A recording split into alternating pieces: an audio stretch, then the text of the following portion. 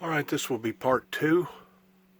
Part two of the beginning phases of the impeachment trials that has now officially been scheduled.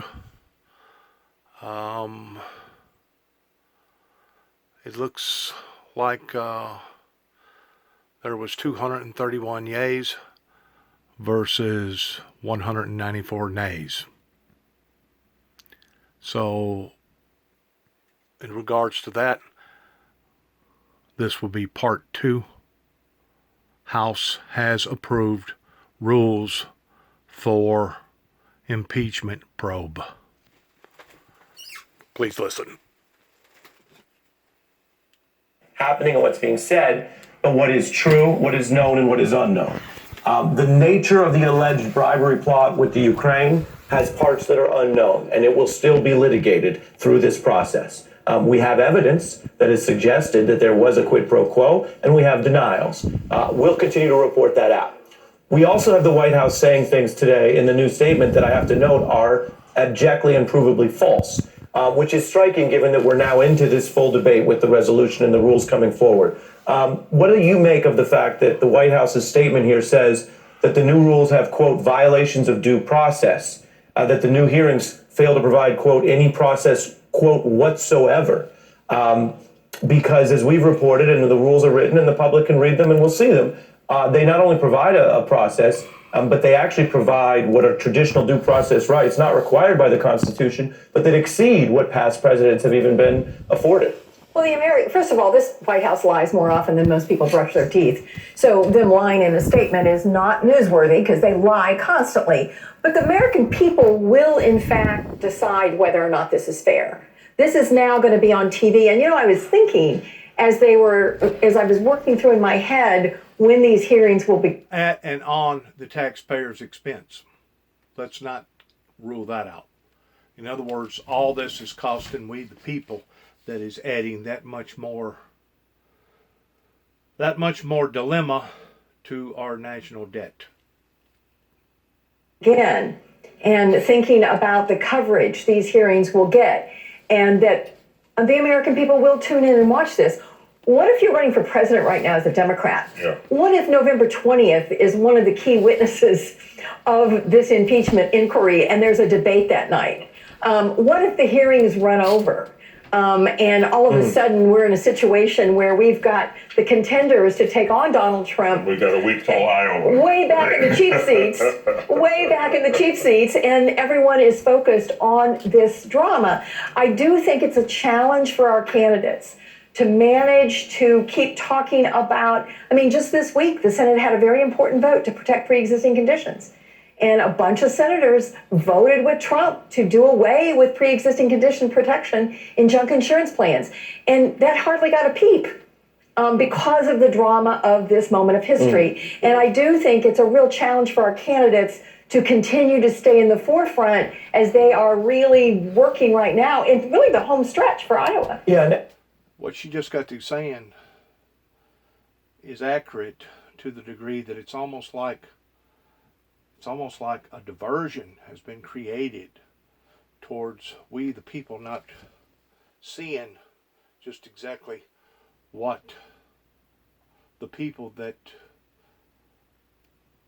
put in power because of so much attention being focused upon this particular deal with Donald Trump.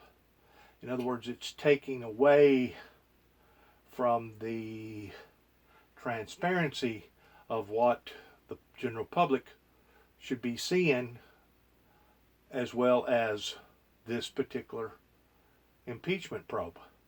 So it's bad news all the way around. It creates an environment that is not proactive. It creates a negative environment all the way around whenever you have stuff like this going on, because it disembarks to the jobs that these people are supposed to be doing for we the people. And as we look and report on what we're hearing in the response, Melissa, I have something that I'm sure you'll want to weigh in on. Okay. Are you ready? I'm ready. Pelosi had quoted Ben Franklin and quoted Thomas Paine. Others quoted founders in both directions in this very high stakes, high level debate on the House floor. Ivanka Trump has tweeted a quote of Thomas Jefferson writing to his daughter. Quote, "Surrounded by enemies and spies, catching and perverting every word that falls from my lips or flows from my pen, and inventing where facts fail them." And she adds to this, after describing that's Jefferson to his daughter, she adds in a new tweet responding to this House vote, quote, "Some things never change, Dad!" Exclamation point. So I went to UVA, so I can quote Thomas Jefferson with the best of them. Let me just say, like, all of the statements coming out of this White House are not just untrue, they're totally off base. I mean, as a professor, when I listen to the president's statement, all I can think of is like, will this guy just do the reading? Will you read the Constitution? Will you read the resolution? The Constitution says explicitly, the opening of impeachment articles is not the trial itself. You will have the opportunity to make your case heard. You will have the opportunity to present the case to a bunch of jurors that you've already seated on your behalf by providing them with campaign funds.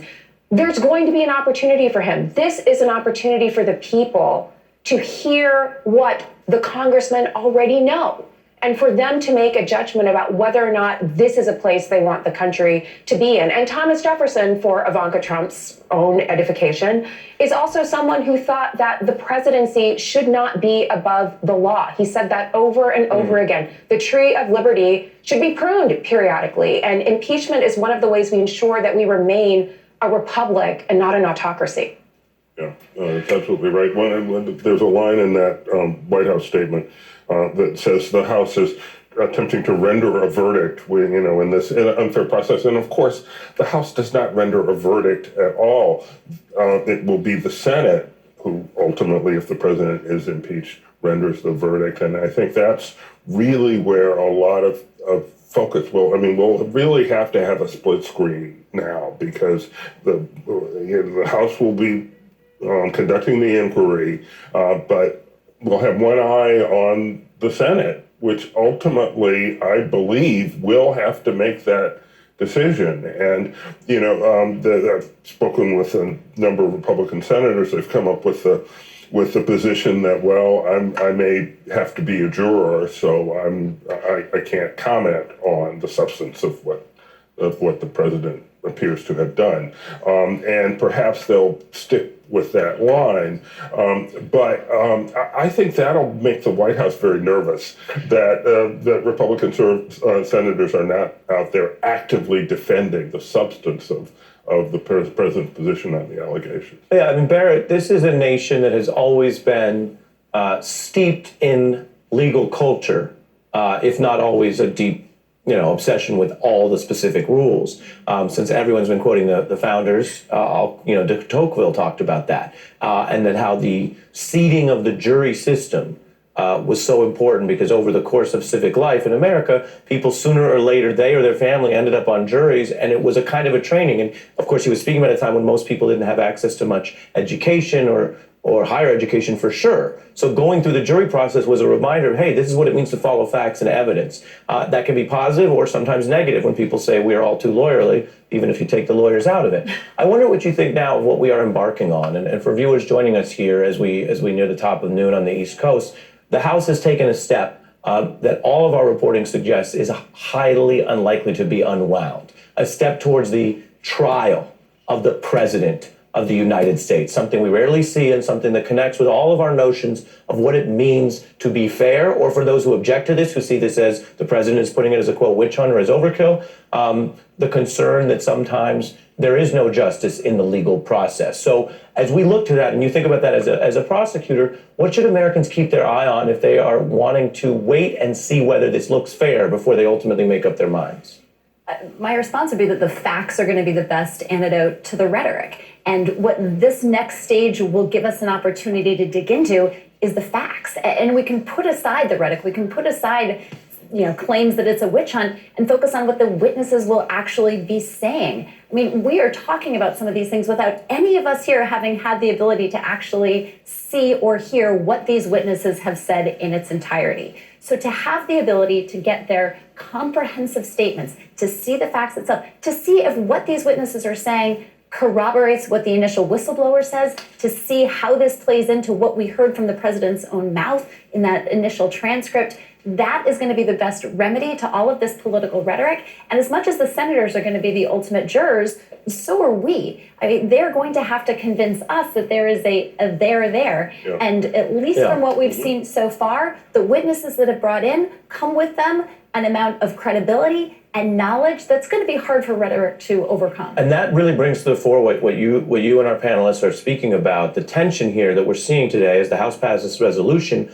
between the facts that move the Democrats and have concerned so many Americans, according to some polls, a majority now backing impeachment even before public hearings, and the unity of President Trump's defense in the Republican caucus. For that, I want to bring back in Heidi Prisbilla. You do a back-of-the-envelope calculation, Heidi, and one of the things we see today is no Republicans who are still members of the party. There's one who left the party over this, as mentioned earlier, an independent, Mr. Amash, but no current members of the House Republican caucus crossing over. By contrast, while Democrats, you could say a different era, though also a divided one, Democrats widely and strongly objected to the nature of the attacks and investigation into President Clinton and their view of whether those were impeachable offenses, however objectionable the conduct was. 31 Democrats at least backed the actual initial probe. What does it tell you that even as these facts mount and the public moves, the House Republican caucus, according to Mr. Amash, to use his word, is living in its own partisan bubble for now? I can tell you, Ari, based on my own reporting, which includes meeting with a number of these moderate Republicans, that they are deeply troubled by the president's behavior. But they view this vote today as largely a procedural vote, and that many of their objections, just like the leadership has been voicing, have been along these process lines. So to Garrett's point about his very good reporting, many of these Republicans felt like if they are going to dissent, this is not the vote that they are going to dissent on. So I think we really need to keep that in mind as we look at these vote totals, and that this is not comparable to previous initial votes on impeachment in that sense. I also want to correct for the record, Ari, since this is a moment for history, and fact check some of the things that Leader McCarthy said about this being undemocratic, because this vote hasn't taken place until 37 days into the process. Do you know why that is? Number one, this vote is not required under the Constitution. There's nothing in the Constitution that says that they needed to hold this vote. And also, the part about this being closed, behind closed doors, it is the Republicans themselves who allowed this to happen, because the Republicans changed the rules in the last Congress, in the 116th Congress, to allow the Democrats to go ahead and issue all of these unilateral subpoenas. So they didn't have to hold a vote because they already had all of the subpoena authority. Now they did have to hold the vote because they had to set out the rules of the road. They had to change that 45-minute questioning rule, for example. And so that is why you're seeing this vote today. And just one last note, it was Trey Gowdy himself, the head of the Oversight Committee, who said that for the initial phase, the only way to actually get truth is to do it behind closed doors when you're in the fact-finding part of the investigation. Important context there. I want to turn to Jeff Bennett. Jeff, our cameras briefly caught you trying to briefly catch the speaker, who obviously wasn't going to take live questions. We have just that shot. What's happening now in the Congress that continues to work on two tracks, passing these rules and also conducting these private depositions? Right. Well, 2 floors beneath us here in the basement, in the secure area on the House side, we have House investigators deposing Tim Morrison. He is the outgoing Russia director at the White House National Security Council. We learned yesterday that he was stepping down. He'd be the third official to present him or herself to House investigators to step down from their official capacity. The last 2 did that in part so that they'd be more free in what they're able to tell House investigators. Now, as this investigation, this closed-door investigation proceeds, they're getting closer and closer inside the White House. They've already got the view from what happened in Ukraine. They've talked to a couple of Foreign Service officers, former State Department officials who were there as this Ukrainian pressure campaign came to be. And so today through next week, you have House investigators, House Democrats, requesting interviews with the NSC legal advisor, the chief of staff to Mick Mulvaney. It's not clear, Ari, if any of those people will show up. But House investigators want to get their testimony to really put the pieces together. Morrison, we know, based in large part of the testimony from Bill Taylor, who appeared, if not this past week, then the week before that, had misgivings about the phone call, about that interaction between Presidents Trump and Zelensky. So you can imagine that House investigators want to know more about that. But what's so interesting about this, witness after witness is offering these investigators different chapters of the same narrative, that President Trump deputized his personal attorney, Rudy Giuliani, Gordon Sondland, the ambassador to the EU, Rick Perry, energy secretary, and to some degree, Mick Mulvaney and Kurt Volker, to run this pressure campaign outside of the normal State Department channels. And when career officials, respected career officials like Marie Yovanovitch, raised legitimate questions about what it is that they were doing, those folks were targeted by a smear campaign and ultimately moved out of the way. That is one of the reasons why House Democrats say that when you hear President Trump make the point that the phone call was perfect, Lindsey Graham, his chief defender here on Capitol Hill, says that he's not bothered at all about the phone call.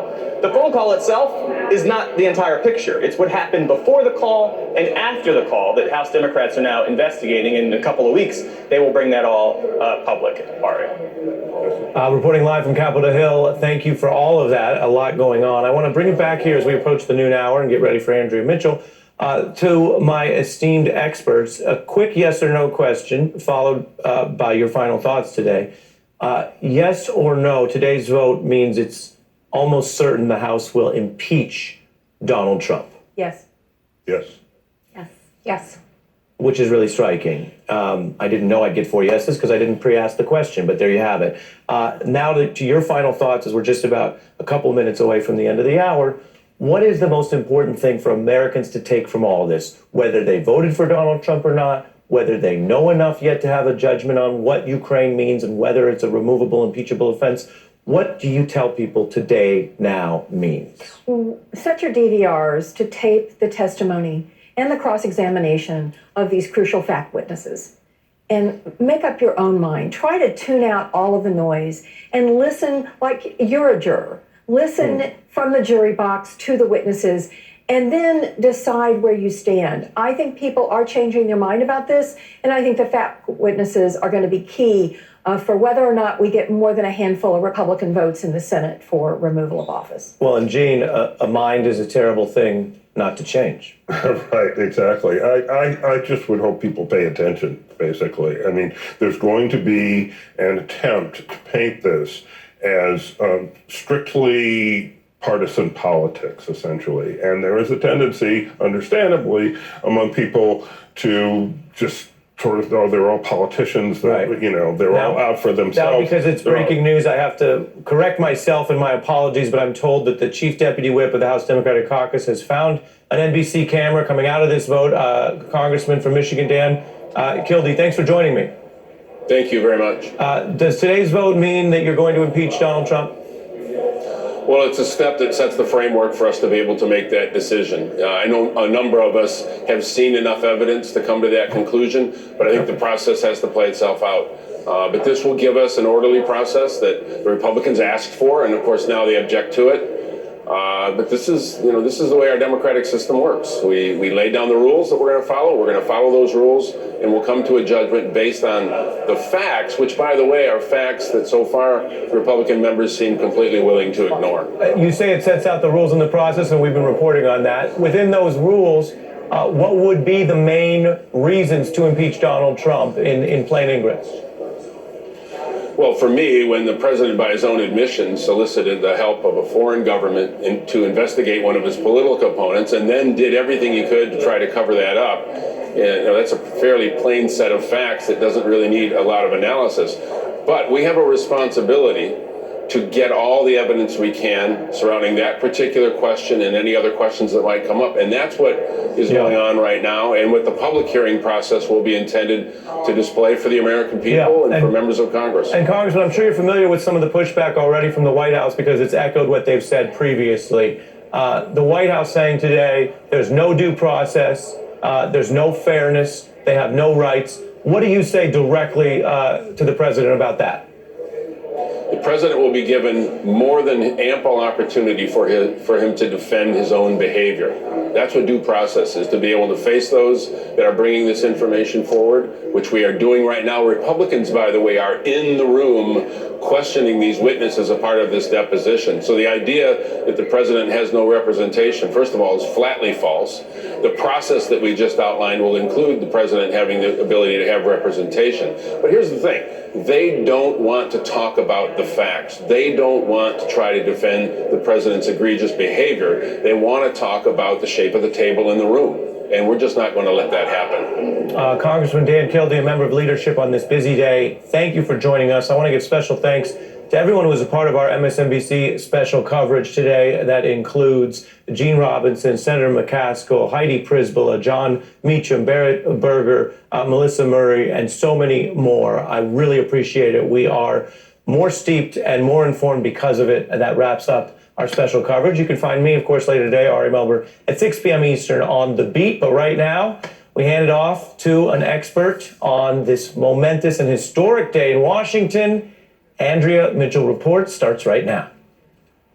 And good day, I'm Andrea Mitchell, continuing our breaking news coverage of an historic day in Washington. House Democrats and one independent lawmaker passing a resolution laying out the impeachment process by an overwhelming majority. The final vote, 232 to 196, all but 2 Democrats supporting the resolution. This party-line vote had Republicans standing lockstep with the president. What does it mean? Today's vote permits House committees to move on to public hearings, allowing up to 45 minutes, this is critical, 45 minutes per side to question witnesses for sustained interrogations, rather than the usually disjointed 5-minute periods of questioning that have so damaged earlier hearings leading up to this process, particularly in the Judiciary Committee. The president's counsel and supporters can cross-examine witnesses and raise objections to testimony that has already been given. It also gives the committee chair, who will be Adam Schiff, the right to take actions if the president unlawfully refuses to cooperate.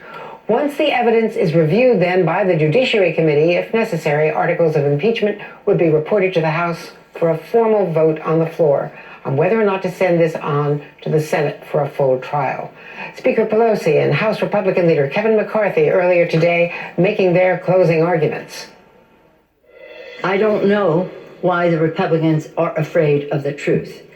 Every member should support allowing the American people to hear the facts for themselves. What is at stake is our democracy. What are we fighting for? Defending our democracy for the people. At times I found each and every one of us in this room and in our country to pay attention to how we protect and defend the Constitution of the United States. We will do so in a way that brings people together, that is healing rather than dividing. Tomorrow is November 1st. We're 1 year away from an election. Why do you not trust the people? Why do you not allow the people to have a voice? President Trump watching and tweeting his frustration from the White House. Tweeting this morning as House Republicans were presenting his public defense. Joining me now, NBC White House correspondent Kristen Welker, MSNBC's Garrett Haake on Capitol Hill, MSNBC political analyst Phil Rucker, White House bureau chief at The Washington Post, and MSNBC contributor Michelle Sindor, the White House correspondent for PBS NewsHour, and MSNBC justice and security analyst Matt Miller. First to you, Kristen Welker, and to Garrett. Let's talk, Garrett, I guess, first on what we just saw and the White House reaction. Garrett?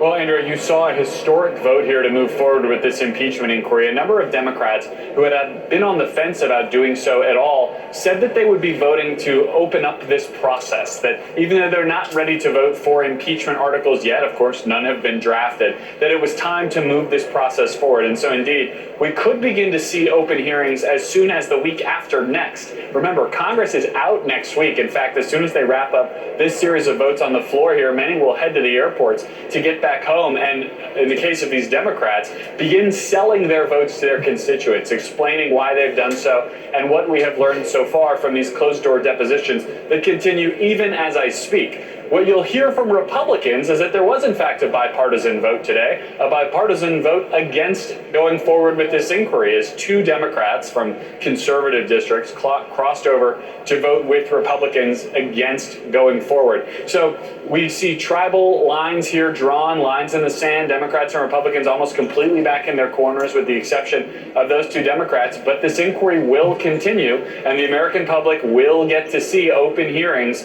in which all this evidence that has been gathered in closed-door depositions, several stories beneath where I'm standing now, will come out to the American people. But Garrett, let me just follow up with what you said about the recess, because there is a timetable here, and it's certainly by the time we get past Thanksgiving and into budget deadlines, a possibility of a government shutdown, all of the other problems and the holidays, and then 2020 and the beginning of caucuses and primary votes, that calendar is going to really reinforce the White House and the Republican argument in the Hill. Let the voters decide. Why are we doing this in the last waning months of this first term, what they hope is only a first term for President Trump? So, with the clock against them, are they still going to be hearing witnesses, the impeachment inquiry group, in the previous format next week? The time is of the essence for all the reasons you described, and for the fact that Congress tends to take lengthy breaks for both Thanksgiving and for Christmas. And boy, you know those U.S. senators like their breaks. They want to be done with this thing in December if they can be. But yes, the depositions will continue next week. There are 4 depositions scheduled for Monday alone. And then, of course, the big date on all of our calendars up here is John Bolton invited to testify next Thursday. There's a hearing in a district court here in D.C. later this afternoon that could inform whether or not he shows, and perhaps there'll be more time to get into those details later. But yes, those depositions will continue next week, even while the rest of Congress is out. The 3 committees who've been handling this inquiry so far will be working all the way through next week, again with the hope to start these open hearings as soon as possible. Remember, you'll have 2 different sets of open hearings just in the House alone. There'll be Intel committee hearings as laid out in this resolution. Then the judiciary will have their own hearings as they draft an article or articles plural of impeachment before it goes to the House floor. There is a ton of work to be done, including funding the government, as you alluded to, all with very little time to do it, with just 2 months remaining this year. And as you point out, we all know how rapidly Congress usually moves, although this has moved more expeditiously than many people would have expected. It has. And certainly more quickly than the president would have expected. Kristen Welker, the president is playing defense, trying to counteract this on Twitter, and a statement from Stephanie Grisham. But what else are you hearing behind the scenes? Are they getting concerned that this is becoming formalized and that at least the evidence will be laid out in public for everyone to see?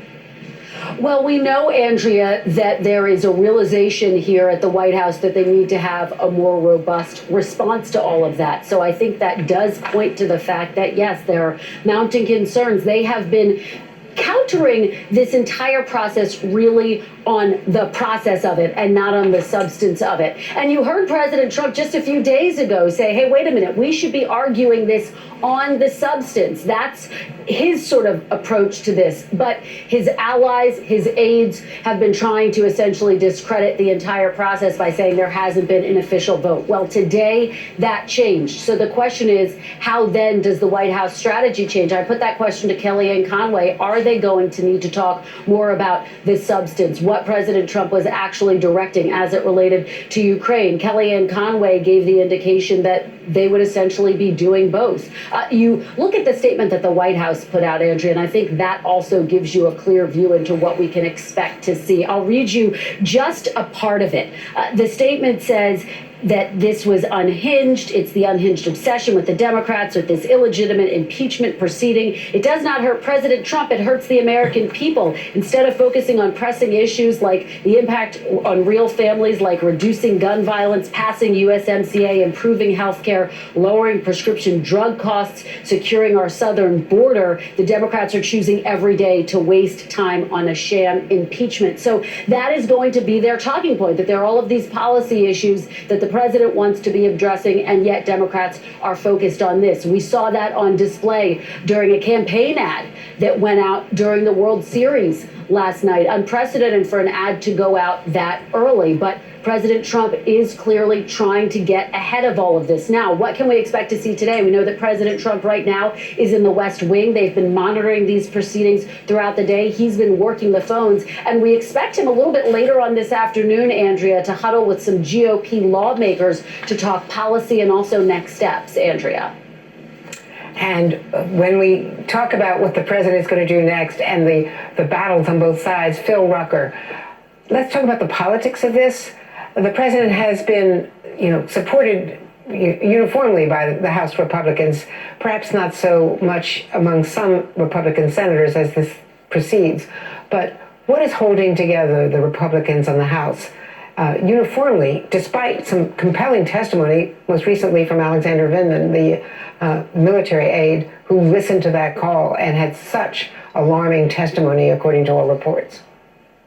Yeah, Andrea, the single biggest threat for President Trump right now is public opinion. And as this impeachment inquiry moves into a public phase where you're going to see televised testimony from some of the figures that to this point we've only really been reading about, if that shifts public opinion, that could be a real danger for President Trump, because the polling numbers that we're seeing, that is the reason why so many Republican lawmakers are standing in lockstep behind the president, because he is overwhelmingly supported by Republican-based voters out in the country. But if you start to see support for the impeachment inquiry and support for removing the president from office continue to tick upward and break into that Republican coalition, that could spell real trouble for the president, because it would provide a political rationale for some of these Republican senators in particular to break with him and perhaps vote to convict him.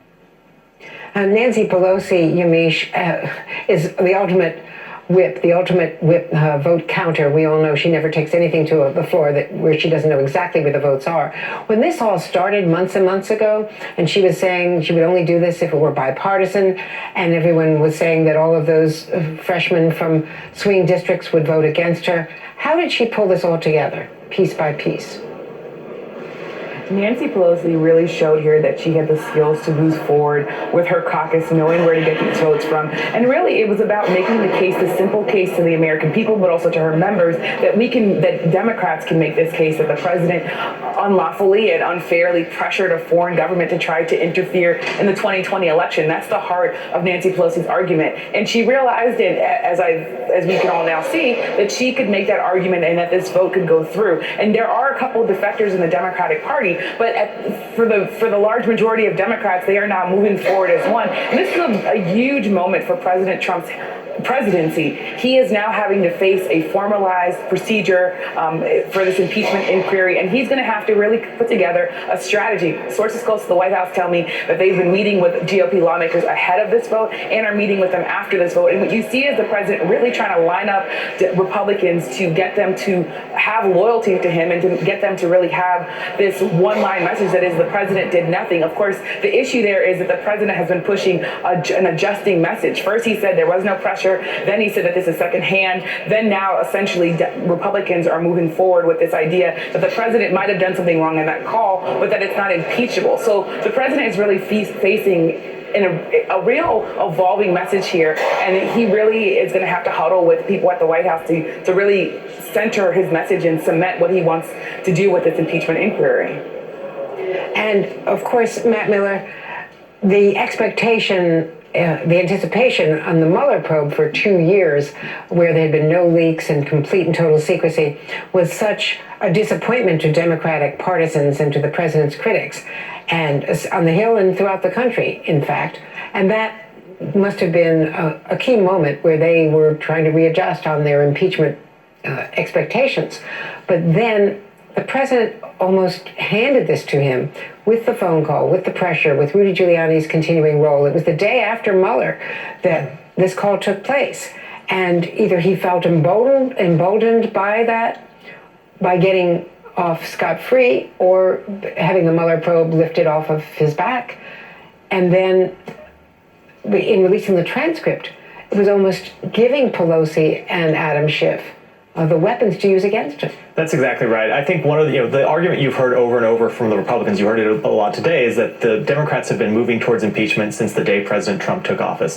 That's contradicted by the very fact that Nancy Pelosi was very clearly not going to impeach the president, as was Adam Schiff, until he took this step to extort a foreign government into trying to trying to open an investigation into one of his political opponents. We heard a lot today from the Republicans about the process, as we've heard over and over again. That is going to be, I think, a more and more difficult argument for them to make as this goes forward. And as Phil Rucker said, we're now about to turn to the point of this investigation where we will see public hearings, and the public will be engaged in a way they haven't so far, where witnesses will come forward and tell their story, and every American can judge whether they believe them or not. At some point, Republicans who continue to only attack on the process and not engage on the substance when those witnesses are telling a compelling story do so at their own political peril. And I think that is the very serious problem the president faces as this moves forward. Well, both parties, Phil Rucker, face that problem with traditional hearings. The Benghazi hearing was 11 hours, and it was a disaster. It turned out to be a disaster for the Republicans, except that they uncovered the Hillary Clinton email issue, which then became, a near fatal blow for her in the ensuing election. But the fact is that this resolution permits 45 minutes of interrogations, of questioning, not the 5 minutes and then you're rotating to the next person who's trying to grandstand for the cameras. That is critical. It gives 45 minutes to the Republican side, to the president's lawyers as well, but it permits a sustained cross-examination. It does, Andrea, and there's a danger for the witnesses and for the Democrats that Trump's allies on that panel, the Republicans on that panel, could use those 45 minutes to effectively destroy the character and credibility of some of these witnesses, to pick apart aspects of their biographies, aspects of their public service careers, look for inconsistencies in the testimony that they've given vis-a-vis the testimony of other witnesses, and try to, sort of surgically tear apart the case that's been built to this point. So there is a danger on both sides. It's not only a risk for the Republicans. And we have today coming in Tom Morrison from the National Security Council, Tim Morrison from the National Security Council, who resigned last night, said that he's resigning, and he will clearly be free as he's testifying today. And apparently there's no opening statement, but he is validating what Ambassador Taylor testified to, that Mr. Morrison said when he first came to him that he had a sinking feeling after learning about this conversation from Ambassador Sondland, according to Mr. Morrison, that President Trump told Ambassador Sondland he was not asking for a quid pro quo, but President Trump did insist that President Zelensky go to a microphone and say publicly he is opening investigations into Biden and the 2016 election interference. Yeah, Morrison's deposition has a tighter lid on it than many of these others have. His attorneys didn't release his opening statement. It has not thus far leaked out. Members who I've spoken to this morning have been much more cautious about describing what he has to say. But Morrison, fittingly, is much closer to the seat of power than a lot of these other witnesses here. He was at the NSC, a top Russia expert, and his name showed up, I think, something like 15 times in the deposition of one of the other key witnesses, Ambassador Bill Taylor. So Morrison is a conduit of information. He's someone who, if indeed his testimony aligns with everything that Taylor, said he was told by Morrison, moves all of these accusations one step closer to the president. And I'm trying to keep the 30,000-foot view on all these depositions. I know the names and whatnot can get very confusing to people who are trying to follow this. But Morrison removes one level of hearsay, if you will. So many of these witnesses in the early stages were reporting back things they heard from others about the president's behavior, about decisions that were getting made in the White House. And as you move to Morrison and some of these other NSC officials, including John Bolton, who may or may not actually show up to testify next week, you're removing levels of, the game of telephone in the White House and getting closer to what the president was thinking and saying and what other White House decision makers were thinking and saying. And that will be so important as we move into open hearings and trying to convince the American people this isn't just a whisper campaign against the president. And one of the most compelling witnesses, Phil Rucker, is Alexander Vindman, this identical twin, both brothers working at the National Security Council. Both are colonels, lieutenant colonels, military veteran Alexander Vindman, who was, in fact, injured in Iraq. He brought his brother with him to complain about his concerns to John Eisenberg, the National Security Council staff lawyer, general counsel, and the brother, his identical twin brother, is a lawyer, a military lawyer, specializing in ethics. And the two of them went together to Eisenberg about the problems that they had about the call. He also testified that he had tried to put things back in that had been left out of that partial transcript that was released that the president keeps saying is perfect, and that for whatever reason, perhaps because it was already put in that deep server, which could not be then extricated. So there's a lot in him, and of course he's been trashed by Republican critics in the White House. Yeah, Andrea, he's been trashed by the president himself as being a quote-unquote never-Trumper, although we should point out to the viewers that there's no evidence that he opposed Trump or would consider himself a never-Trumper. In fact, he worked in the administration and was selected for that job on the National Security Council. And the reason why he has been such an important witness for the Democrats in this inquiry is because of his credibility, because of his career of public service, as you just pointed out. Phil Rucker, Kristen Welker, Garrett Haake, Yamiche Alcindor, Matt Miller, thanks to all. And joining me now is California Democratic Congressman Eric Swalwell, who serves on the Intelligence Committee. Congressman, you've just taken an historic vote, and part of this resolution is to give both sides 45 minutes for questioning of individual witnesses. You're giving more powers to the Republicans. You're going into open hearings. Do you have any concerns that they will use their 45 minutes to try to destroy the credibility of these witnesses, or try to out the whistleblower, as has already been attempted? Good afternoon, Andrea. Today was a solemn day. It's one that none of us, really look forward to.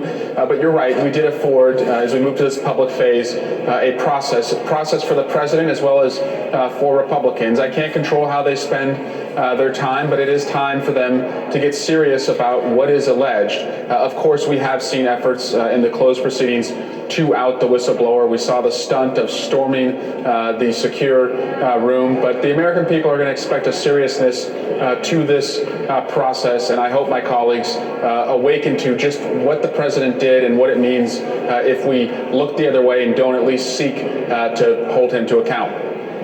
Now, with all due respect to Congress and to your colleagues, we both know what happened in the Judiciary Committee in the post-Mueller hearings. First of all, it took months to even get Mueller there, and legal wrangling, and then the stunts that were pulled by the Democrats, the Kentucky Fried Chicken and the rest. What are you doing among yourselves to make sure that you present the best possible posture to the American people, given the historic import of all of this?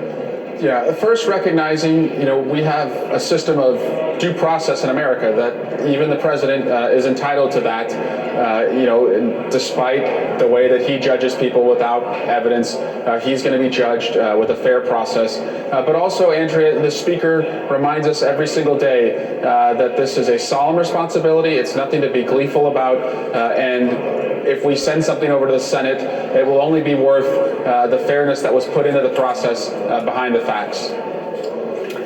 And thank you so very much. I know this is a busy day for all of you. Thanks for being with us. Right now, the Republicans are speaking, and we're hearing from Kevin McCarthy of California, of course, the minority leader. Let's listen. That has been putting this country through this nightmare. That's exactly what this vote shows today. I want to call up our whip, Steve Scalise. Thank you, Kevin. And when we talk about the vote, I think it's important to note, when you see that not only did every single Republican reject this Soviet-style impeachment process, but we were even joined by Democrats who couldn't stand it anymore.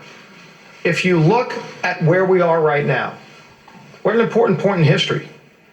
Clearly, there are people that we serve with that don't like the results of the 2016 election. That's their prerogative. But the country next year will be deciding who our president is going to be. It should not be Nancy Pelosi and a small group of people that she selects that get determined who's going to be our president. If you look at the resolution today, they talk about fairness. Now, if they really think that they can tell people it's fair, that only the chairman gets to decide who the witnesses are, and they give us an opportunity to call witnesses, but if the chair says that they don't like the witnesses don't come forward. They allow the president to have legal counsel in the room unless the chair decides that they don't want the president's legal counsel in the room. That's never happened before. With the Clinton impeachment, with the Nixon impeachment, Republican and Democrat alike, both sides were treated equally. Both sides could call witnesses. President's legal counsel was in the room, not at the discretion of the chair, but because it's fair. And so when you look at this Soviet-style process, it shows you that they don't really want to get to the truth. They want to remove a sitting president. In fact, the author of the articles of impeachment said, if they don't impeach the president, he will get reelected. Now, that's not why we have impeachment. Alexander Hamilton made it very clear. His concern when they were trying to promote the Constitution was that he didn't want to see impeachment used for political purposes. Yet that's what happened today. He predicted it, and it happened today. It's a sham. It shouldn't have happened. It's a tainted process that Adam Schiff's been conducting, that Nadler might one day conduct. The House deserves better. The people of this country deserve better. We should be tackling real problems. We could have lower prescription drug prices today, but Pelosi won't bring those bills to the floor because she's infatuated with impeachment. Our troops could be properly funded, but Pelosi is infatuated with impeachment. In fact, we could have better trade relations with Canada and Mexico and create 160,000 new jobs today, but Pelosi's infatuated with impeachment. We deserve better. Our conference chair, Liz Cheney. Thank you very much, Steve. I want to make sure everybody is focused on a couple of things, and you'll hear from a number of our members here today about this. The first one is that the Democrats cannot fix this process. They've now created a record over the course of the last several weeks with witnesses they selected. We know there were circumstances where Chairman Schiff told witnesses not to answer questions that our members were asking. We know there have been circumstances where our members have attempted to go read transcripts and they've been told by staff members that they're not allowed to go read those transcripts. This is a process that has been fundamentally tainted. The president has had no rights inside these hearings. His counsel has not been able to be present. So for them now to claim that they're suddenly going to open the process up, which, by the way, this resolution does not do. The resolution says that they're going to continue doing what they want to do. It gives authority for open hearings, but they cannot go back and fix what is a fundamentally tainted and unfair record. The second thing, it's very important for the American people to understand, and you heard the leader and the whip talk about the things that are not getting done here. And there's a long list of things the American people deserve to have done that simply are not being addressed because of the Democrats' obsession with impeachment. But think about what Speaker Pelosi has done for the last several weeks and what she codified today. What she did today was she said she is going to take the Intelligence Committee of the House of Representatives, which is arguably the single most important committee when it comes to our oversight, when it comes to the national security of this nation. And she has told them, stop all focus on any issue that has anything to do with the national security of the nation. You saw Democrats on the floor of the House arguing that somehow it was Republicans who were putting politics above national security. There is no one who has done that the way that Nancy Pelosi and Adam Schiff have done that. History will hold them accountable. History will judge them. We're at a moment where the nation faces grave, significant, ongoing threats. And she has completely neutered the Intelligence Committee. She has said they must be focused on a partisan impeachment process and not their oversight obligations that we have as a body, that we have as an important branch of this government. And they'll be held accountable for that. Now I'd like to turn things over to the Republican leader of the Oversight Committee, Mr. Jordan. And thank you. On the other side, the Democrats are now starting their news briefing. Adam Schiff, who will be chairing this first phase of the impeachment hearings. Office, who would sacrifice the national security, who would fail to defend the Constitution, who would place his personal or political interests above the interests of the country. They understood that might happen. And they provided a mechanism to deal with it, and that mechanism is called impeachment. We take no joy in having to move down this road and proceed with the impeachment inquiry, but neither do we shrink from it. The resolution, from the perspective of the Intelligence Committee, sets out important procedures for how we may conduct our open hearings. During the depositions that we've conducted thus far, we've used a format that we believe very conducive to the fact-finding process. Those procedures now will be incorporated into the open hearings, in which staff counsel will be permitted for lengthy periods of time to do sustained questioning for up to 45 minutes per side, followed by member questioning. We've used this, I think, to great success for both parties during the course of the depositions, where in the depositions we have alternated 1 hour for the majority, 1 hour for the minority, 45 minutes for the majority, 45 minutes for the minority. In those depositions, over 100 members have been eligible to participate. I should tell you that notwithstanding those that have complained about lack of access to the depositions, most of the members who have been permitted to attend have failed to attend, have not made use of the availability of attending each and every deposition. But those that have, on both sides of the aisle, have had an equal opportunity to question the witnesses. And indeed, when we move into open session, both parties will have an equal opportunity to question any witnesses that are called. The resolution will also permit me as the chair to begin releasing the transcripts of the depositions. And I think that you will see when those are released just what equal opportunity members of both parties have had. We recognize the seriousness of this undertaking. We recognize that we have been compelled by the circumstances to move forward. When a president abuses his or her office, when a president sacrifices the national interest, when a president refuses to defend the Constitution and does so for the purpose of advancing a personal or political agenda, the founders provided the remedy. I make no prejudgment as to whether that remedy will be warranted when we finish these hearings. I will wait until all the facts are put forward. We will undertake this duty with the seriousness it deserves and to the best of our ability. Thank you. And I now yield to the chair of the Judiciary Committee, Mr. Nadler. Thank you very much.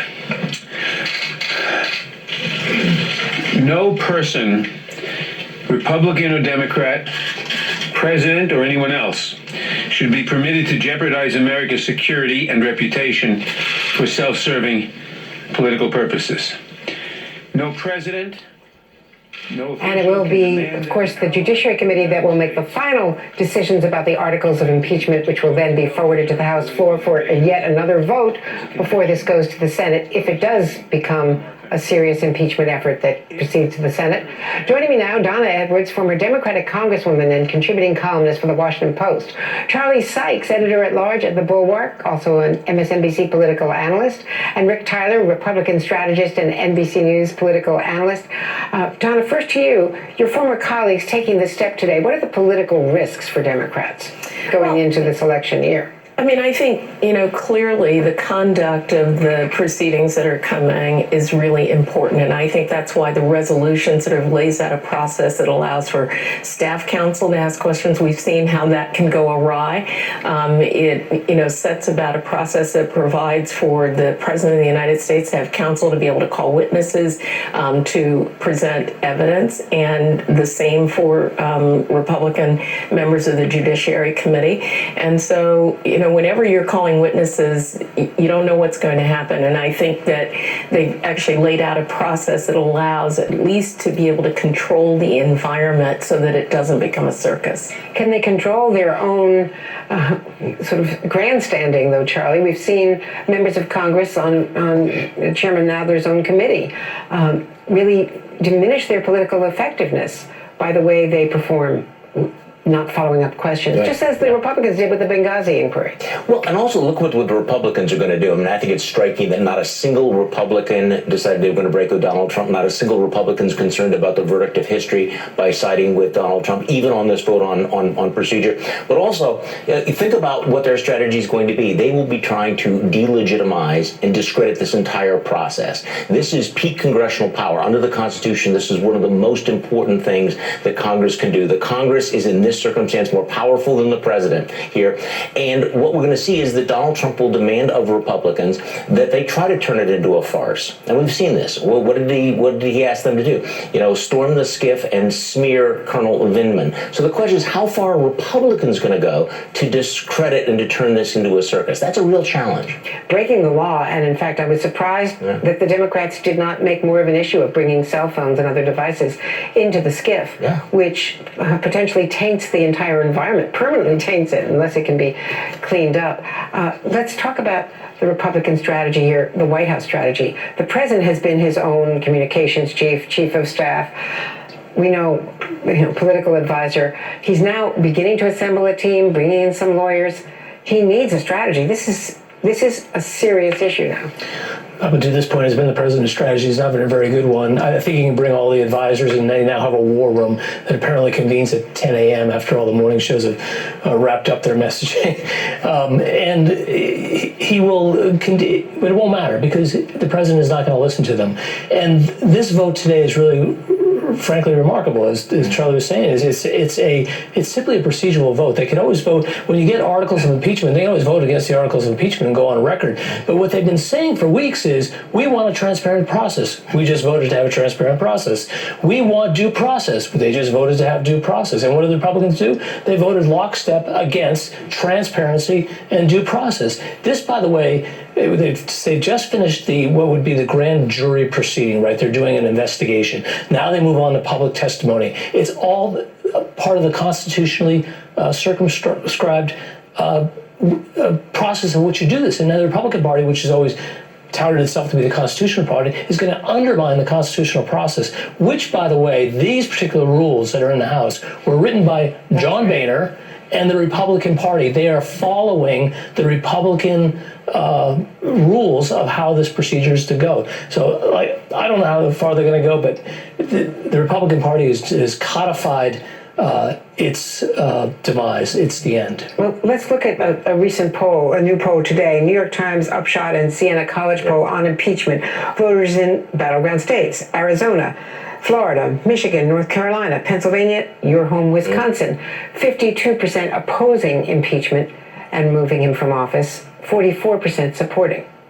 Yeah, and I think that those are the numbers to look at. The two numbers, you look at the numbers in the swing states, but also you look at what Republican voters are going to say. And as long as Republican voters stay with Trump, you're going to have this lockstep support of the Republican Party in the House and probably in the Senate as well. But having said that, the support for impeachment is historically high even before you have these televised hearings. So you're going to have more televised hearings. The public's going to see and hear a lot. There's a possibility there will be more whistleblowers come forward, and maybe some more smoking guns, more evidence will come forward. And then, of course, there's the wild card.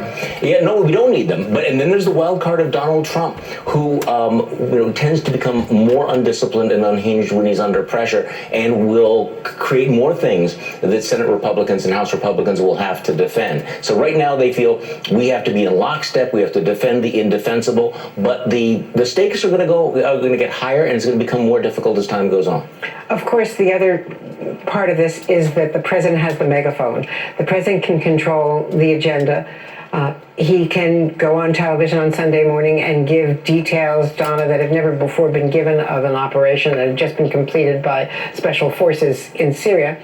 But he can change the narrative at will and then have rallies around the country and be tweeting to his 62 million or more followers. I think that is true, but I mean, the president is consistently trying to change the narrative because he wants to distract from the substance of what he did and the evidence that will be presented. I think here is where these hearings are very important, when they're scheduled so that the American people can fully absorb them, the witnesses that they choose to call, the questions that are asked. I think the presentation of a narrative, I mean, this is why the 45 minutes that's allowed allowed for Adam Schiff to really present the testimony is very important because it allows an uninterrupted presentation of the narrative, the telling of the story of what happened. And, you know, I think the American people will be hard pressed to ignore Colonel Vindman, for example, in uniform, fully decorated, talking about his background and then presenting evidence. That on camera, I think, is deadly for Republicans if they choose to attack him, which, you know, certainly they've already done. But again, how this is conducted and the way that Democrats behave, and I think to your point, Charlie, not allowing it to be turned into a circus and using the decorum of the process, I think is really important. And you know what? If Republicans choose to go off the rails, yelling and screaming and attacking witnesses, that's all on camera for the American people to decide. But Democrats do not have to respond. We've got to get rid of the 5-minute rule. We cannot have this 5-minute rule. Well, they did in this resolution. No, the 5-minute rule is still in there after. It could be after the staff council, but that's also a choice that has to be made by the chairman. I'd urge them to, you know, reduce their time on 5 minutes, yield to the staff council. This will be all for today. Coming from the Windmill Ministries, this is part 2 in the impeachment probe towards impeaching the President of the United States of America, the President of the free world. Thank you, and good luck to all of us. We can't say it enough towards pray for our leaders, pray for one another, and let's try to become united. For he who shall waiteth upon to the Lord shall be renewed and in their strength. God bless you, and shalom. See ya.